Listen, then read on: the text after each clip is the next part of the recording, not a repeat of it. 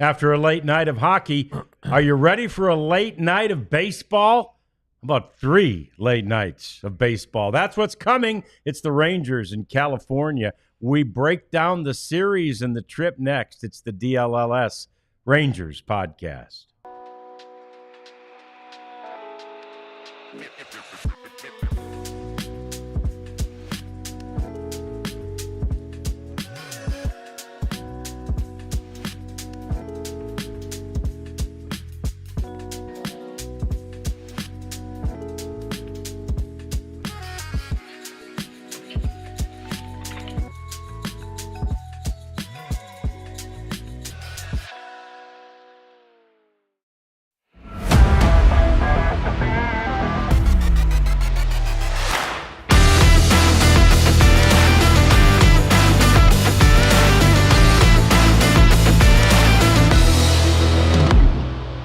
Yeah, the Rangers would be dreaming about some road wins wherever they were headed. But since it's California, doing some California dreaming as we welcome you into the DLLS Sports Studios. It's the DLLS Rangers podcast. Me, John Radigan, Jeff Wilson over there, both in our Rangers colors, although in different shirts, thank goodness. Always a roll of the dice. The Prophets over there, we pushed him hard today, but he came through as usual. And it near as I can tell so far, you can all hear us. So that's fantastic. And we got that bug corrected with some quick work by the Prophet yesterday. So like, subscribe, chat, hang out, have your lunch with us. We appreciate having you. Rangers are headed to Sacramento.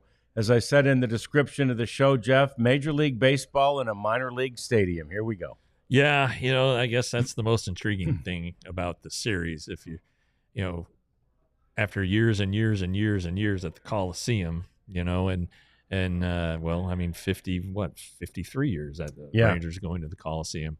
Now they're going to Sacramento, the capital of California. And I don't know. That's about all I know about Sacramento. Yeah, I've been there once for some track and field, U.S. Olympic track and field trials back in 2000. But it's the only time I've been there.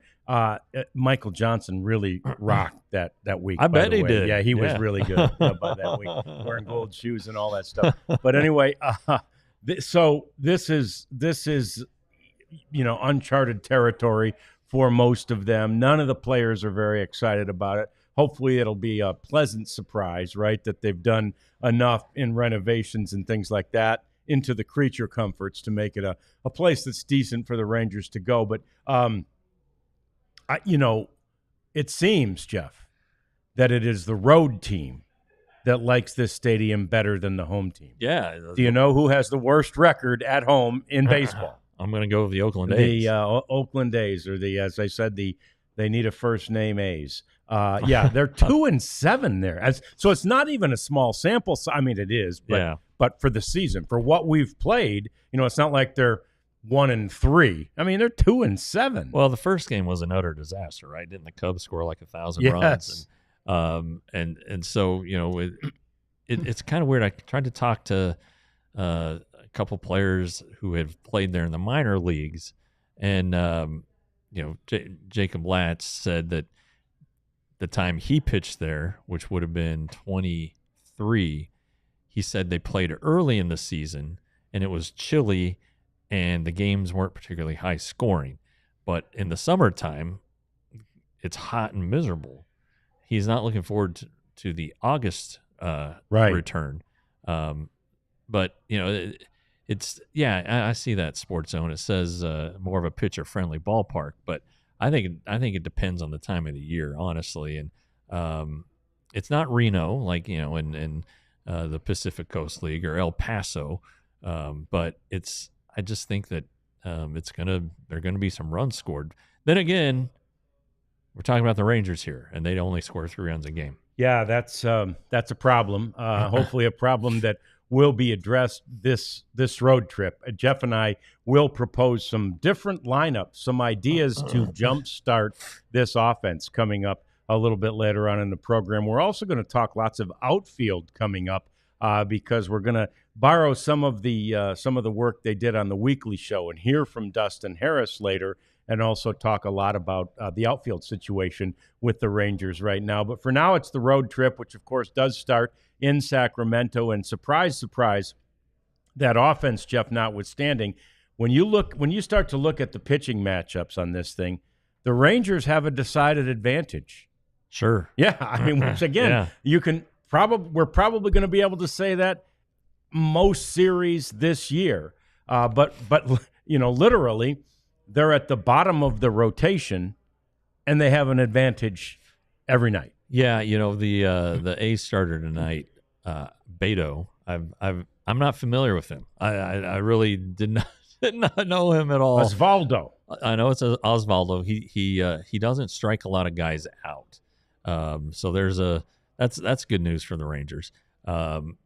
Corbin, gosh, you can't really say much more than pretty good stuff. Start. Yeah. I do think the A's lineup could be. I'm thinking off the top of my head, they've got at least 3 really good right-handed hitters. So yeah, that might give Patrick a little bit of a challenge. But anyway, you feel good about that one. You feel good about the next night and the next night. So yeah. So the next night it's Kumar Rocker, and you feel like just based on what he did last time. That said, J.P. Sears has been he's been a difficult matchup for the Rangers in the past. So he has been, oddly, like his best career start. He struck out like 11 guys, I think, one time. Yeah, it's one of those things where he pitches well against nobody. He pitched well against them in the May series last year that I recall. But he will still be out there. He eats innings. He doesn't throw hard, but he changes speeds. And I just think that that the Rangers. They just need somebody who's not throwing 99 at them, and coming in with these disgusting splitters and everything.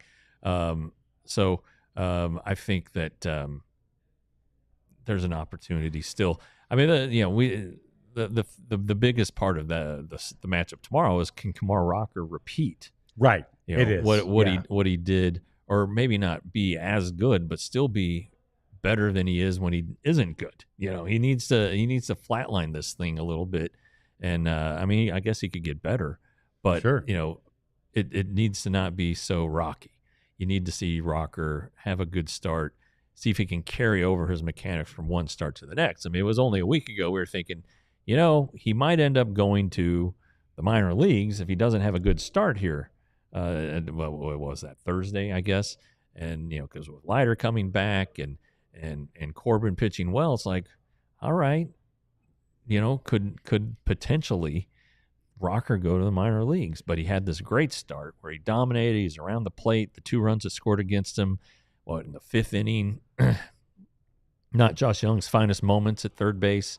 So you hope that he has found what was missing throughout spring training in those first 4 starts. So we'll see about that, because if he's able to land that slider, put it where he wants to, it's going to be a long night for A's hitters. Yeah, and then of course, for the finale of the series on Thursday, the Rangers have to send their 5th starter out there. So that's never dicey, because the 5th starter is Jacob deGrom, and that's good. And I don't know much about JT. Jeff, are you up to speed with old JT? I believe he went to Mississippi State. So he's a college pitcher. The Rangers faced him in spring training, and he was okay. Okay. He did well in his season debut this year, but another young guy that this A's team has to rely on. You look at Osvaldo and Sears and now Ginn, and you look around at their lineup at Butler, and you look at Wilson, the shortstop, and Soderstrom and Langoliers, the catcher. A lot of homegrown talent, and that's how the A's have had to operate for a number of years. So you wonder if perhaps with them signing and trying to extend these guys like they did with Butler, like they did with Brent Rooker, who they didn't draft, they got him on a waiver claim, but they're starting to extend these guys with perhaps the riches of Las Vegas ahead of them. They plan to expand their budget. But in the meantime, they keep coming up with these guys, and they're pretty good. I mean, Jack Wilson, is it Jack, the shortstop, drafted 6th overall. All right, I know Soderstrom was a first rounder. Langoliers was a first rounder. He was in the Josh Young, Bobby Witt, Adley Rushman draft in 19. So they're talented guys. Soderstrom still lead the league in home runs. I think too? so. I think he yeah. does. Yeah. I don't. So I mean, there's some talent. And they there. called up Nick Kurtz today. And Nick Kurtz is coming their, up. Their first rounder from last year. So yeah. That's quick. That's quick to the majors, man. It sure is. Yeah, missed Jacob Wilson. He's on my fantasy team, but he's on the bench because I have Trevor Story and Bobby Witt Jr. at shortstop, so he doesn't really have a chance to play. Yeah, he's the third stringer. No doubt about that. So we obviously think that that's a pretty good matchup pitching wise for this Rangers team, but we'll have to see how it all works out and those types of things, because it's they got to go out there and play the game. And championship games, I like your name, by the way, because that's, of course, that Patrick Dumont reference where Patrick Dumont said, last year when we played in the championship games of the NBA Finals. I think that's funny. That said, we are getting to our lineups. We're gonna talk about that. I see the chat going with their suggestions at lineup. You'll hear ours coming up a little bit later. And I really never root against Jose Leclerc. You just don't root against him. But, if he came in and blew a save today, I mean, I guess that'd probably be okay. But no, I'm not rooting for that. That's for sure. Yeah, Jose, good guy, learned English, didn't want to do interviews with the translator, at least with the local people. I know he did in the World Series some, but when it was just the guys he knew, he spoke the English, and really for a while there was like adamant that he would not use a translator so he could learn the language. Lives in the area still. Organization was very good to Jose, and Jose was very good to the organization. When you add it all up, he won a World Series. Rangers rode him in the postseason there, and it'll be good to see him when they come to town. Yeah. which is next week, I think. Yeah, that's right. Yeah. So good dude, and hopefully the offense will begin to click, and it won't even be in save situations. The Rangers will just do like the Cubs did, and didn't somebody else? Seems like somebody else might have done that against the A's up there in Sacramento, where they just put just a ton of boards, a ton of point scoring on the board, but runs across the plate and so forth. But anyway, we'll see what happens in that game tonight. And like we say, we get to all of that a little bit later on in the program. The pitching has been great, and the need for the bullpen has been great because of all these one-run games. But again, it would be nice to have a little breathing room from that offense. For sure, and I mean blowouts the wrong way help the bullpen, if we're being honest. But if you could, it'd be nice to see Jacob Latz pitch. I mean, if he's on the roster, can't let him sit there and collect dust. Wouldn't be bad being 9-2 going into the ninth and get Latz a little work, or Caleb Bosley a little work. But you look at it and you look at everything, and if you go back, what's the 22nd? So this was the might have been the last day of spring training a month ago, and you're thinking, oh man, this bullpen, they don't have anybody. Yeah, and what's going to happen? Who's going to be the closer and all that stuff? Well, it's all worked out so far. I know it's only 22 games, but you got to be happy with it. Bless you. You got to be thrilled with it, really. And when you're going to play close games, there's very little margin for error. I mean, Chris Martin has 3 losses. Yeah. And really gave up 4 unearned runs in one, gave up a 2-run homer to Cal Raleigh in one, and gave up that little sacrifice fly on Sunday. And that's all it takes when you're not scoring runs. But they've been great, and I think that as bad as the offense has been, the pitching staff has been as equally good. Yeah, that's right. as big a surprise as it's been that the offense hasn't hit, especially the bullpen. It's that big of a surprise that they're doing as well as they are, but really the entire staff. More coming as we get to the outfield, because there have been some changes there, which necessitated changes to the infield in a way. So we talk about all that next, and hear from Dustin Harris as we continue with the DLLS Rangers podcast. I got you, John. I'm ready. I'm ready for ready this with one. LinkedIn? Yeah, LinkedIn, because we gotta save you for the next one. But LinkedIn, as you guys know, it's a great place to connect with people who have jobs to offer. It's a great place to network. LinkedIn Jobs, a great place for you to go ahead and if you're hiring, if you are a business owner and need to hire, you can go to linkedin.com/Rangers and post your job for free, so you can get people looking at your business and getting some help. But also, if you're in the market for a job, it's a good place to go and set things up, and you would be surprised who you get connected with, people you haven't heard from for a while, and people who just might be able to help you out. But you don't have the time. If you're a small business owner, you don't have the luxury of clocking out early. You're thinking about it all the time. You got to grind. But LinkedIn takes care of you. And again, post your job free at linkedin.com/Rangers. Yeah. So tomorrow I go to the eye doctor, and what I do is I get a new prescription for my my eyes. And what I will do with that prescription is I will send it to Shady Rays, see if they give me a pair of these babies prescription. See what I'm saying? These are available in prescription. It's one thing we don't talk about enough. And actually, I might get a different style of shades, and I'll definitely be getting a different style of regular glasses. I don't know if my regular glasses will be Shady Rays, but I know my sunglasses will, because they're the best. They're durable. They last great. They are well guaranteed. They have great styles, great colors. They're very fashionable, and we encourage you to get you some Shady Rays. They're really inexpensive, too. I'm not sure. We'll find out how much the prescription sunglasses are. ShadyRays.com. Code DLLS for 35% off. All right, so Dustin Harris, got called up, and he made, he necessitated that change. And it didn't really affect the infield, but it did affect the infielders, right? The utility infielders that were available, in that Ezekiel Duran got sent down, and it's an opportunity for him.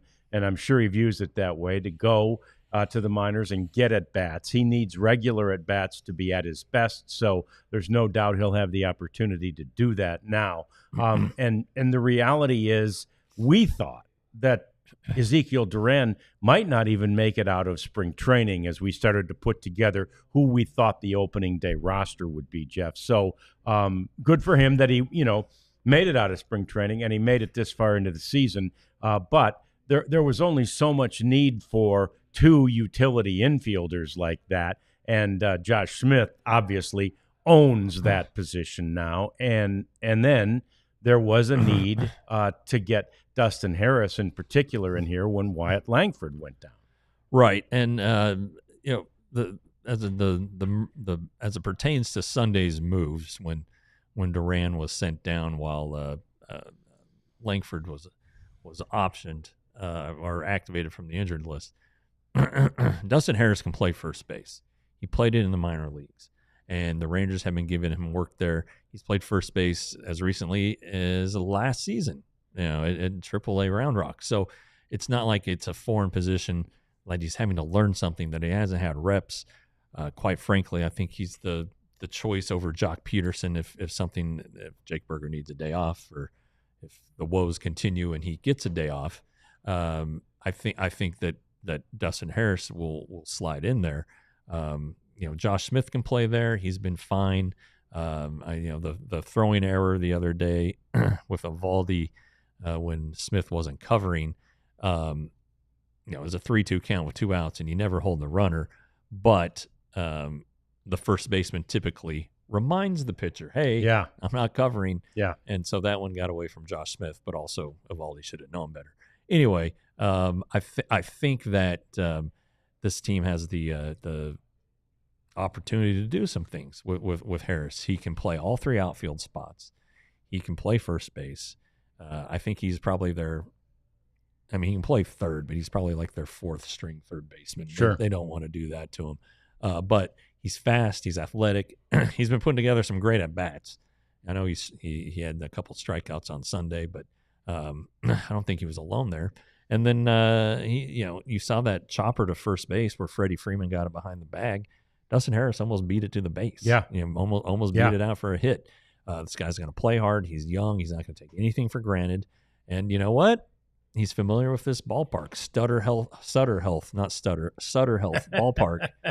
And so maybe this is a perfect spot for him, and I would expect that he's in the lineup tonight. Although, it is a little difficult against a right-hander, because if the Rangers are intent on playing Smith and Jock Peterson, it's going to be hard to get Dustin Harris into the lineup. But that's up to Bruce Bochy to figure out. Yeah, that's his job. That's why he's paid the big bucks. And Dustin Harris has just he's again, he hasn't been here long, but in the week and a half or so that he's been here, he's forced Boch's hand, because Boch doesn't like to take a hot bat out of the lineup. He said that Sunday. That's why he was there. That's why he was playing on Sunday. That was one of the questions asked prior to the game. Why isn't Leody Taveras in there? So I'm not taking a hot bat out of the lineup. So it's cool for a guy when you can, it's force your way in, force the hand of the manager, basically. Yeah, that's what these guys want to do, and Dustin knows the landscape. He knows who's ahead of him in the pecking order. But when you get the opportunity, you get in there and you do what you can. You try to make an impression. You don't. If you're a player who's on option, you don't get a ton of chances. Right. And he's at the point in his career. He's been a prospect for a long time now. He finally made his debut last year. Showed well at the end of a meaningless series in a meaningless series at the end of a bad season. But he worked on things this offseason, motivated, got his bat faster, and got stronger. He says he weighs about 225 right now. It's a big dude who can motor at that size. And you saw, Logan Gilbert saw it. You make a mistake and he's going to deposit it. So good for Dustin Harris. He's a smart guy too. He recognizes how important it is to be versatile, and then not to look too far into the future.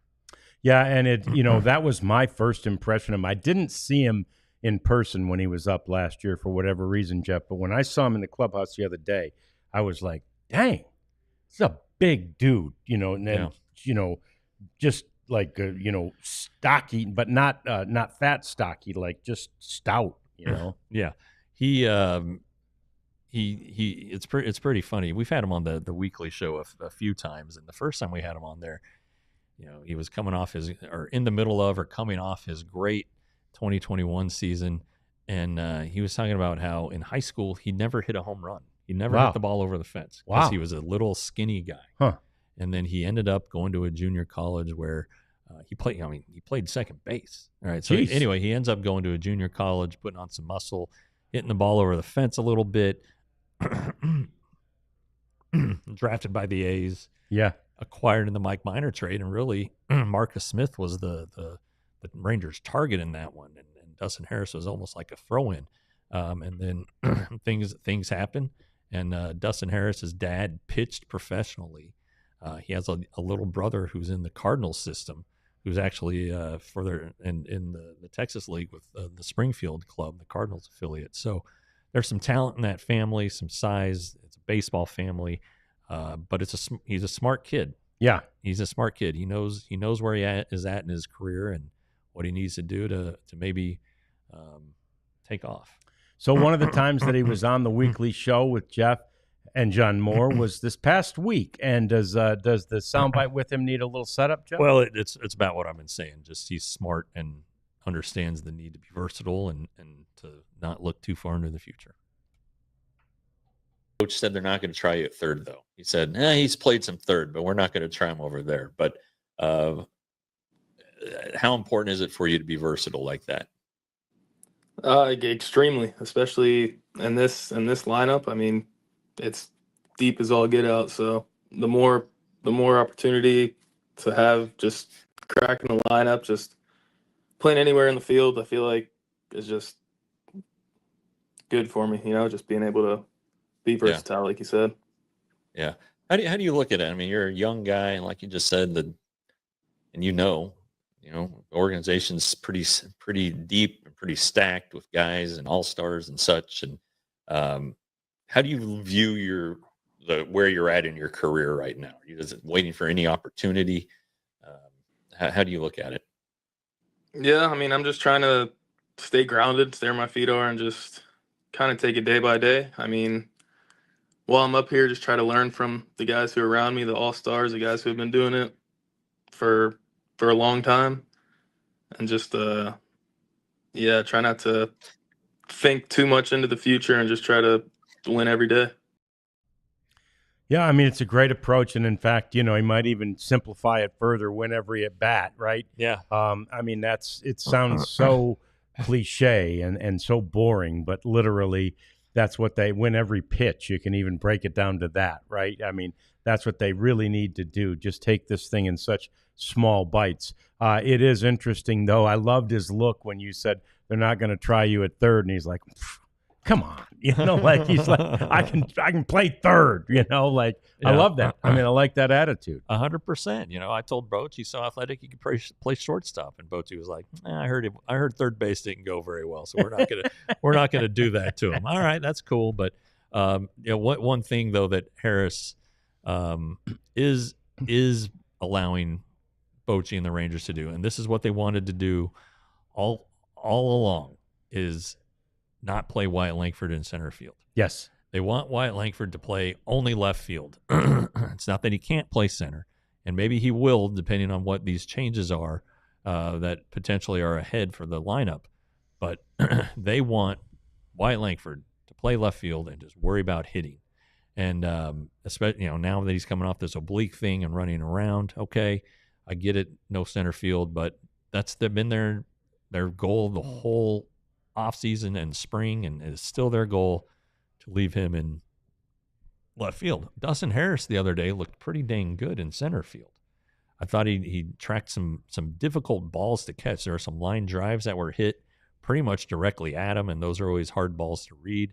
He was able to get to him and make the right read and make the play. I look forward to seeing his arm a little more. I haven't seen him throw a lot. I hear it's a fine arm, and if you play third base, you have to have a good arm. So I think that's just, he's too athletic to be a first baseman. I think that's kind of the overriding sense, is that you don't want to waste that talent at a position where defense isn't necessarily at a premium. So good for him. Very excited for him. Again, basically have had him on the podcast or have known about him for 4 years and talked to him. And a lot of these young guys are a little soft spoken and don't really provide lengthy answers, aren't talkers, as you will. But Dustin's grown into that point. He was kind of holding court the other day with the TV folks, so he's comfortable. I think he feels like he belongs here, but like he said, he understands the business, and he could be gone tomorrow. But there's 4 center fielders. I mean, well, 3 really. 3. Yeah. There's 3 right now in him and Leote and Kevin Pillar. Yeah. And so, I mean, we don't think, obviously, and I know Dustin can play a lot of other places too, but that's essentially too many. Probably, but they can all play the other outfield spots. True. And Josh Smith played a really good center field in spring training, so that would not surprise me at all if he ended up in center field in the near future. A lot, yeah. So anyway, that is our talk about Dustin Harris and the outfield. But we've been sort of hinting at this, as you have in the chat all day long. So let's get to it. Our lineup proposals are coming next. It's the DLLS Rangers podcast. we're going to talk flooring, as we always do with our good friends at Empire Today. They are an OG sponsor of DLLS. We can't thank them enough for all that they've done for us, including installing some of our flooring there in the main studio, the lounge, as they like to call it. And they did it because we were able to do it all basically on our computer. Yeah. We're able to pick the colors and the floors and what we wanted and how it looked in the space just by holding up our phone. They really gave us a home field advantage, like you want all your teams to have. You want the home field advantage. Empire Today is going to do it for you. You can call them, schedule an in-home estimate to help you pick out the colors that's right for the room, the right look for the room. It could be hardwoods, it could be carpet, it could be tile, it could be anything. Don't go to a big box store. Go to Empire Today. And if you do, and you go to empiretoday.com/DLLS, you'll get $350 off new floors. So what are you doing, not this weekend, but next weekend? I have a suggestion for you. AT&T Stadium and Globe Life Field. One-stop shop, man. Park your car and go either way because there's a lot happening. The Rangers are home that weekend. That might be the series with the A's, as a matter of fact. It is. It is, yeah. So you got the Rangers home against the A's. It's the Mariners. I don't know. I got whichever one. And you've also got the Lone Star Smokeout at AT&T. Barbecue and country music. What the heck is more Texan than that? What a great opportunity for you to go out there and get 14 teams of barbecue competitors from across the country, and we get to decide who is best. And that, excuse me, that's a dry rub that got sort of in my, my sinuses. So stay tuned to DLLS for more upcoming information, VIP ticket giveaways. Kids under 10 are free, $68. It's the Lone Star Smokeout. We'll see you there. It's a pretty good price for barbecue, $68. Well, and that's the thing. And I didn't even mention the three country. But Cody Jinks is going to be there. Midland's going to be there. Who was the other one? Oh, John Party. Wow. So, yeah, there's a lot. I mean, there's a lot going on that weekend right there. Good stuff. And, yeah, we want you to be a part of it. We really do. We think it'd be great for you. We want you to let us know what you think about our lineups too, and it's very interesting that how do we want to do this? Do we want to? Because did you just do a left and a right? You did a left and right. Yeah, I just did one for right, and we don't have a graphic depiction of this because it's a process sometimes, and we don't have a form built for it. But we're going to get that. But we're going to talk this through. All right, so let's both do right. I didn't do left. Okay. There's probably not a tremendous amount of change on left, but all right. So right-handed. Against a right-handed pitcher. Yes. Here is how I have the lineup. Josh Smith, center field. Yeah. Corey Seager, shortstop. Wyatt Langford, left field. Dolis Garcia, right field. Marcus Semien, second. What spot did you have Marcus in? Then? He's in the fifth spot. Fifth spot in the batting order. Sixth, Jock Peterson at DH. Batting seventh, Josh Young. Eighth, Jonah Heim at catcher. And the number 9 hitter, Jake Berger at first base. Interesting. So why did I do it like that? Well, you got to have some left-handed bats in there against a right-hander. You got to get Jock Peterson going, just so you don't have to get him going in the middle of the lineup. And then down there at the bottom, with 2 lefties at the top of the lineup, you got to at least try to make it a little hard for them to the opponents to pitch. So Heim being a switch hitter at 8, kind of helps with that. You can't, if you're facing 8-9-1 and you're the opposing team, you have a decision to make to get through the 3-batter minimum. And I think Heim is better against left-handers. He is. But so this could be Higashioka in this instance too. But I still think that that's the best way to do it, just at the bottom, so that when the lineup flips, they have decisions to make in the opposing dugout. Yeah, it's we are very similar because I had Josh Smith leading off and playing center. Yeah. I mean, if you're gonna great minds, you have to play him right? I mean, you have to keep his bat in the lineup. Right. I think he is the prototypical. I don't know. I shouldn't say that. I think he's a leadoff hitting starter kid, right? Yeah. I think he does a lot of things right there. I think he'd be really good at that position, at that spot in the batting order. And again, then my dilemma was, where am I going to play him every day? Yeah. Because I don't want to have to take somebody else out of the batting order every day. If we're planning our ideal batting order, he's there. He's in center field. Corey Seager's at shortstop in the 2 spot in the batting order. Number 3, of course, Wyatt Langford. You had Wyatt 3 as well? Yeah. Yeah, okay. I have Adolis 4. That's, debate. I mean, that's up for negotiation, though, depending on, if he comes out of his he's not in a slump like some of the other guys. Yeah. Not like Peterson or Simeon, but anyway, we need more. And then so Adolis is 4 in the right fielder, of course. Wyatt's the left fielder. Third baseman Josh Young, I have 5th. Did you have him 5th or 6th? I had him 7th. 7th, okay. Yeah.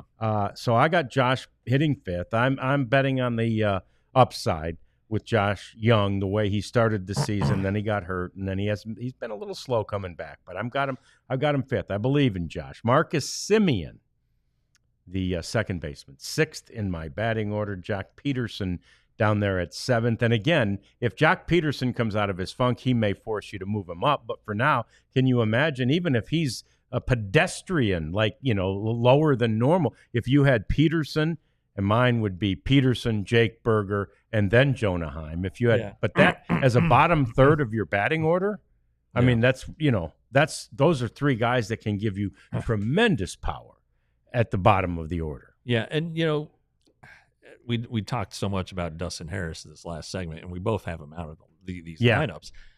But if now my lineup is not like a dream lineup; it's like a reality check lineup. Right. Because Jake Berger is not going to get benched. Nope. Okay, he's not. Neither's Jock Marcus Peterson Simeon. is Neither's not Jock going to get Peterson. Yeah. benched. So now, if we're doing our dream matchup, then I'll take Peterson out and put Dustin Harris in, and I'd probably make Josh Smith the DH and Harris the center fielder. Yep. But the point is that we got to be a little bit grounded in reality here, and these are changes that I think are more realistic that Bochy and Chris Young and Donnie Ecker are discussing. Now, so that's against right-handers. I did go ahead and do a lineup against lefties. All right, so against left-handers. Yeah, let me think this through. Go ahead. I have Wyatt Langford leading off. Okay. In left field. Yeah. Corey Seager, Marcus Simeon 3rd. Actually, I had Simeon 3rd. I want Josh Young 3rd. Okay. Josh Young 3rd. Josh Smith at DH batting 4th.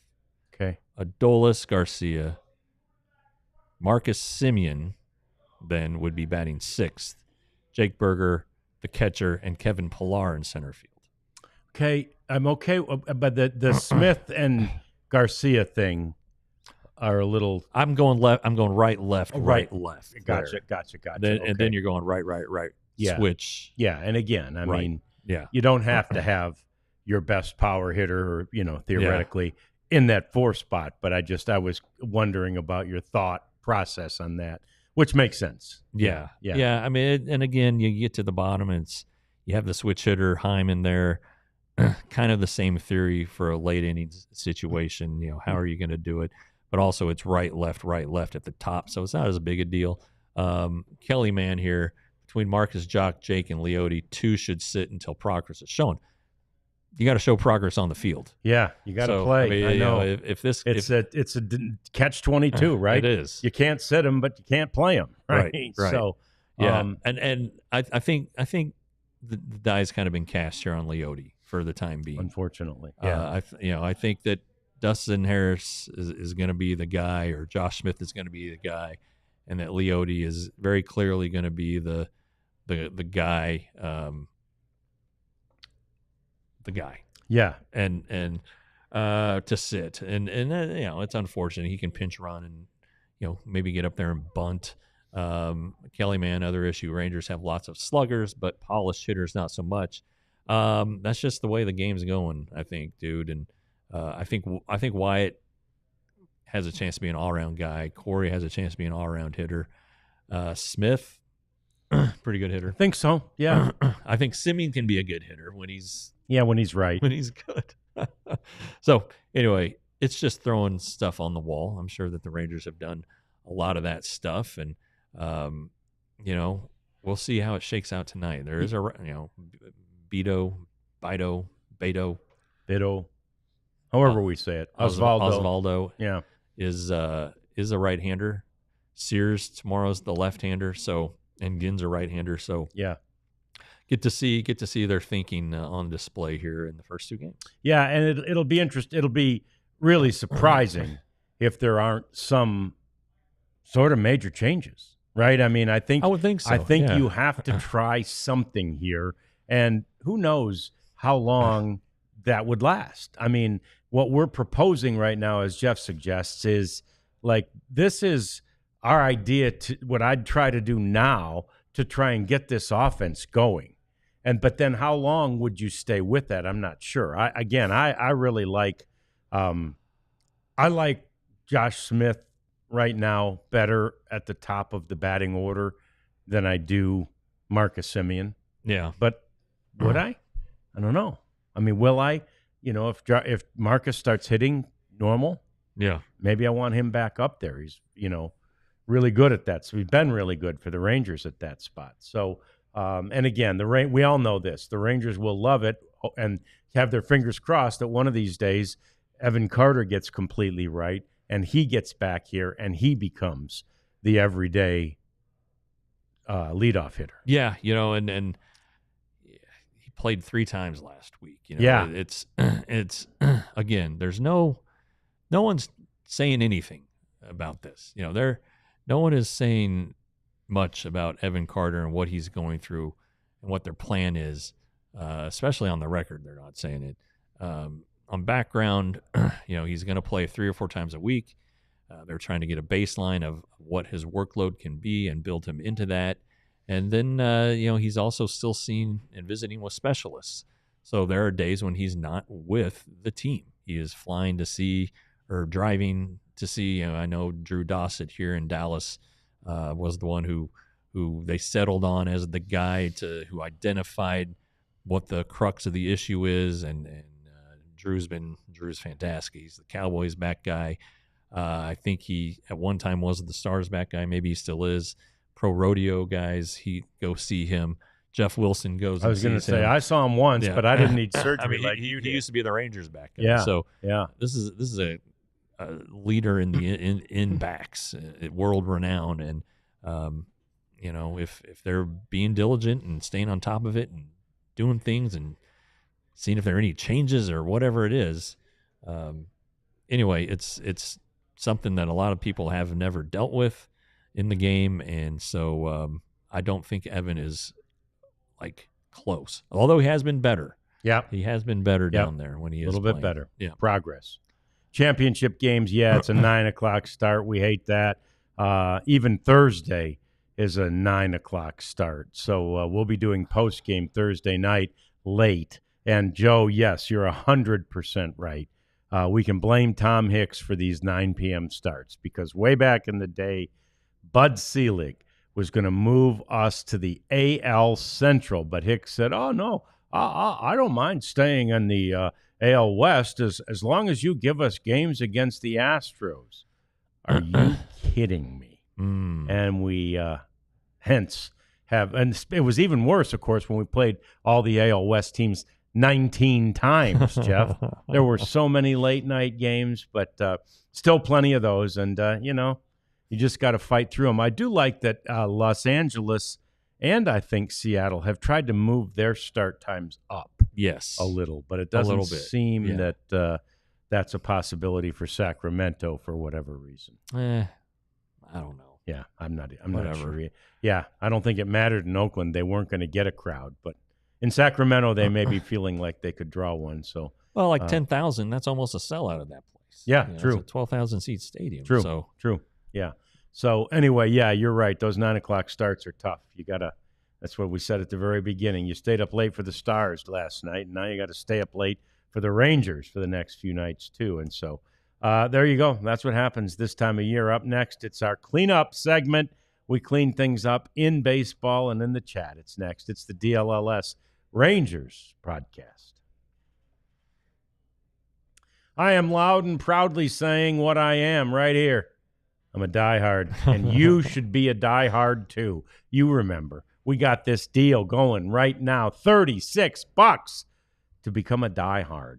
I'm not sure how much longer it's going to last. You see, it was kind of inspired by the NFL draft, and our people that make these decisions realize that we're going to get a lot of eyeballs on us throughout the week, in part because of baseball, in large part because of the NFL draft. So we wanted to throw everybody a bone and give them $36. It's the best deal you can possibly find. It's a dime a day, Jeff, basically. Yeah. It's 10 cents a day for all the coverage that is provided by all of our writers, including Jeff and Clarence Hill, who were both at the Star-Telegram for years and years and years, and Joseph Hoyt, who was at the Dallas Morning News for years, Tim Cato, who was viral yesterday with all of his thoughts about the various things that Nico Harrison has to say and all that. And then we've got Sam Nestler writing stars for us, too, as they have evened this series at one game apiece. So become a diehard at alldlls.com. Yeah, our shirts on the screen, I know as we sit here, John's to my left, on the screen, it looks like DLLS diehard. Yeah, it's kind of like it does. Like yeah, I'm cool. with stupid shirts. Yeah, so, exactly. Yeah, except you won't be stupid if you were a DLS diehard. And you get these fabulous shirts at store.allcitynetwork.com. Again, I think I'm up to 16. Wow, or maybe it's 16 total items. Whatever it is, it's a big number. My son has a shirt. He's a big Travis Hunter fan, so we went out of market, got a Travis Hunter shirt. All of our markets are represented, but the deal is if you get the membership, you get the free shirt, and you get it at store.allcitynetwork.com. We'd appreciate you doing that. It's time to clean things up today. We talked about Luis Arraez yesterday and the collision. It was just awful. He's concussed, which isn't surprising. No, it's not. And so now he'll be in concussion protocol and all those types of things, and they'll get him back when they can. And after that, it was awful. So you just hope there's nothing more to it than that. And I think he's got to feel blessed and lucky that as of right now, anyway, there is nothing more to it than that. Yeah, it's a 7-day IL.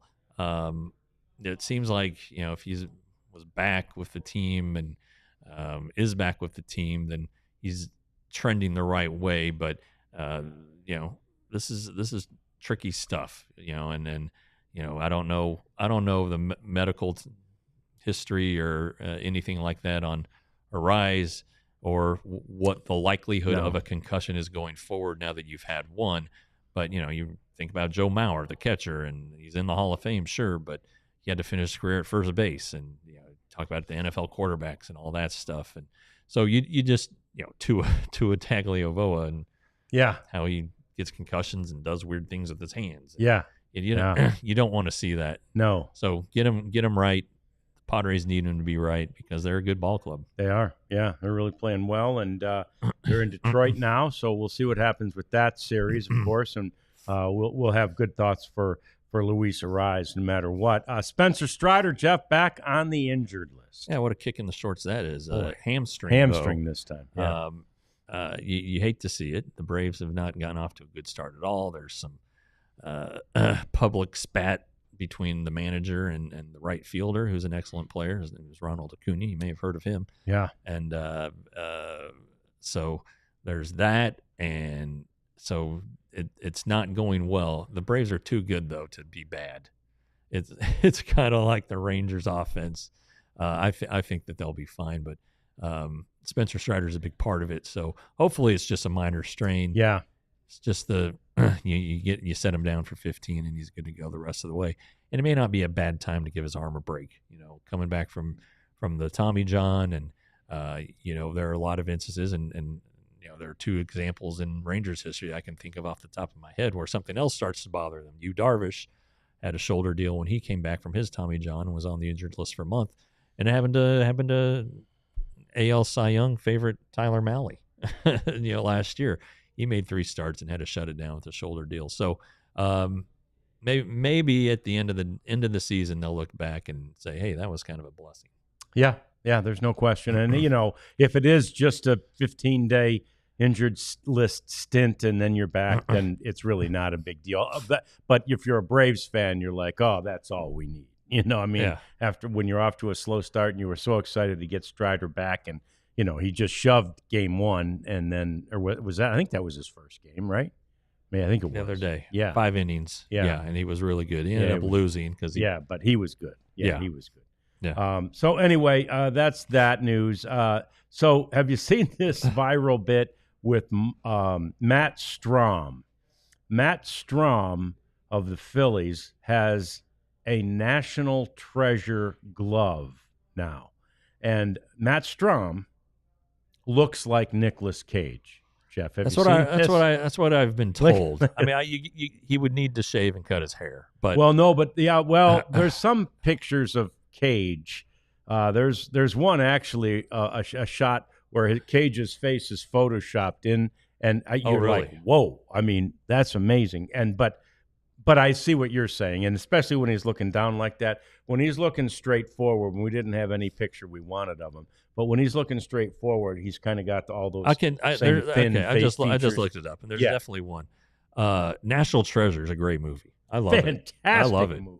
Yeah, Fantastic. I'm a big history guy, did you notice that glove on the fingers? It's got the Declaration of Independence that's cool. written on there, which is really cool. And it was our friends at was it Victus or Invictus? I think it was Victus. Yeah, they're the ones that they're that right there in King of Prussia, Pennsylvania, just outside of Philly. The ones that had the very short rush on the torpedo bats. Yeah. But anyway, they are the ones that came up with the idea. Actually, when they saw Strom last year, they said, "Hey, do you mind if we do a National Treasure glove?" He goes, "Oh, we have to." And anyway, he's been using it since spring, but it's just kind of gone viral here in the last week or so. But I find that really cool. And I will say this, because there is so much white on that glove. I wonder, if some hitters are going to start going, bitching. wait a minute, that's distracting. Yeah. Strom's a big baseball card guy. He has he's done a show collecting baseball cards, and it was on Bally's a lot after Rangers games last year. But he seems like a good dude. He really does. You know, and having fun with what he's doing. Yeah. Love it. Love a guy who approaches his game, his job, his life like that. That's really cool. You remember we've talked before about the Speedway Classic, and that's a game coming up on August 2nd at the Bristol Motor Speedway. And it's essentially what this game is. It's the equivalent to the Field of Dreams game or the one at Rickwood last year, and MLB does a great job with these games. And they're, it's and what they are is they're baseball's answer to the Hockey Winter Classic. It's like just a cool celebration of baseball in a different way. In the dog days, right? It's August 2nd. We're into the dog days of summer there. And anyway, it's at Bristol this year, and it's on August 2nd, and it's the Braves against the Reds, which makes sense. And now Tim McGraw is going to do a pregame concert at the venue there. Okay, cool. Obviously, his dad was Tug. So yeah. He's got some baseball. Tim's got blood. some baseball ties, and he's always been a huge baseball fan. He's a big star, obviously, in country music. So that's pretty cool. I like that whole idea. I love the way I met the guy last year at the All-Star game, who's in charge of all those different special events. Oh, okay. For Major League Baseball, and he's a really cool guy and really forward-thinking and all that kind of thing. So anyway, that's coming up sometime. I always wanted to, I covered NASCAR for a little bit. That was kind of my entry into riding. Okay. Because with the Star Telegram? Yeah, Texas Motor Speedway, me and John Sturban. Well, John Sturban is just such a great rider and expert at racing. He was a fantastic boxing rider, too. But anyway, I covered races at Talladega, Daytona, and Charlotte. And I always wanted to go to Bristol because it's just so different than all these other places. And never made it. So maybe I can make it for a baseball game. Wouldn't that be cool? Yeah, yeah. All right, a few things we got to try and clean up from the chat. Joe, thanks, A, for the picture of the sunglasses on Twitter, and B, Joe tells us that the media guide says it's Beto. So all right. We appreciate that, Joe. Thank you very much for that. Natalie wondering, and we meant to mention this, about Leiter's rehab, and it didn't go yet. It goes tonight in Round Rock.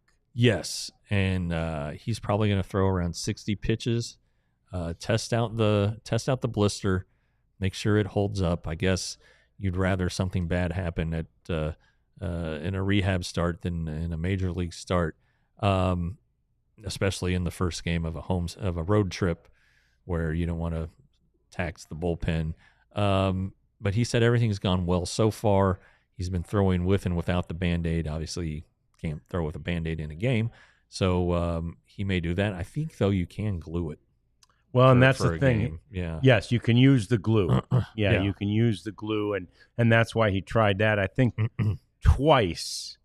Once in a bullpen and once in a live BP, he went with the glue. I don't think he cared for it. So he may go without. But anyway, and I saw somebody on the Twitter ask, he needs a rehab start for a blister. Well, maybe if he was Nathan Eovaldi, he wouldn't. But this guy's made 2 starts this year. He's still young. You want to make sure when he is ready to come back to the rotation, that he's dialed in. This is a tune-up. I mean, it's a test of the blister, sure, but it's a tune-up to make sure that he's able to command and locate like he did those first 2 starts, because he was terrific. And if the Rangers are going to make change with Corbin going to the bullpen or whatever they decide to do, you want to at least have a guy in there who can perform. Yeah, and the reality is it was not a given in response to that. We'd asked Bruce Bochy about it pretty much throughout the entire homestand last time, and he would say, I think so. We're not sure. We think so, right? They weren't 100% sure that they were going to send him. And in his case, Boch referenced Patrick Corbin. He goes, someone like Patrick Corbin might not need it. And again, that's to Jeff's exact point. Patrick Corbin's pitched, tons of innings forever, right? So you're okay with just letting him come in and see what he's got. But Jack Leiter, you want to try and do everything correct with him. Yeah. And so that's probably the best way to go, is just get him back there, get him back into game competition, get him facing hitters again. And this won't hurt him one bit. It'll also remind him, oh, man, I like that major league situation a lot better than the minor leagues too. Well, and whenever they activate him, it could be Sunday. I guess could be the soonest, but you might want to give him the extra day and do it to start the homestand. That would make sense, actually, doing it on the Monday, because that way everybody gets an extra day. You're basically would be going with a 6-man rotation. And so after Leiter starts, you could maybe take Corbin out of the rotation, but everybody would be rested and normal rest. So, and I don't think there's an off day on this homestand. So, if that's the case, then that's definitely kind of the way that's the way they should go. They have to do it. Just yeah. Give everybody a blow, help save bullets for later in the season. Make sure Jacob deGrom's not getting too tired. Same thing with Tyler Mahle. They're both coming off of Tommy John, as we know. So go ahead and just go with a 6-man for a time or two. Right. Yeah. What's it going to hurt? No, it's not. It's not like you're locked into that forever. And give it a shot and see. Let one of these guys emerge. Let one of these guys end up either being a long reliever, or if it were Rocker, who was the odd man out, it seems like his option would be better to go pitch as a starter at the minor league level. But it's pretty interesting. The Rangers only have 3 off days in May. Wow. So the 5th, the 19th, and the 29th. So so after this homestand, they'll go to Boston, and then so they'll be off the 5th, but then they play 13 straight days. So that could be another opportunity for a spot start right in the middle there. Maybe maybe against the Tigers. That Okay. series you're going to be at. Yeah. Or maybe on the homestand against the Rockies could be a good spot to do it. So that is going to pretty much do it for us. We've got the game tonight. We'll be keeping close tabs on. We know you will too, as late as it is. We're back tomorrow at the same time. We're back to spend lunch hour with you tomorrow and talk about that game, get you ready for tomorrow's game, which, of course, will feature Kumar Rocker as a starting pitcher. And hopefully we'll be talking a lot about an offense that has erupted for a few runs against Osvaldo Bido. But that's all for tomorrow's show. We thank you for joining us today. We thank you for having lunch with us, and we will plan on seeing you again tomorrow at noon for another edition of the DLLS Rangers podcast. We all silly like the mayor.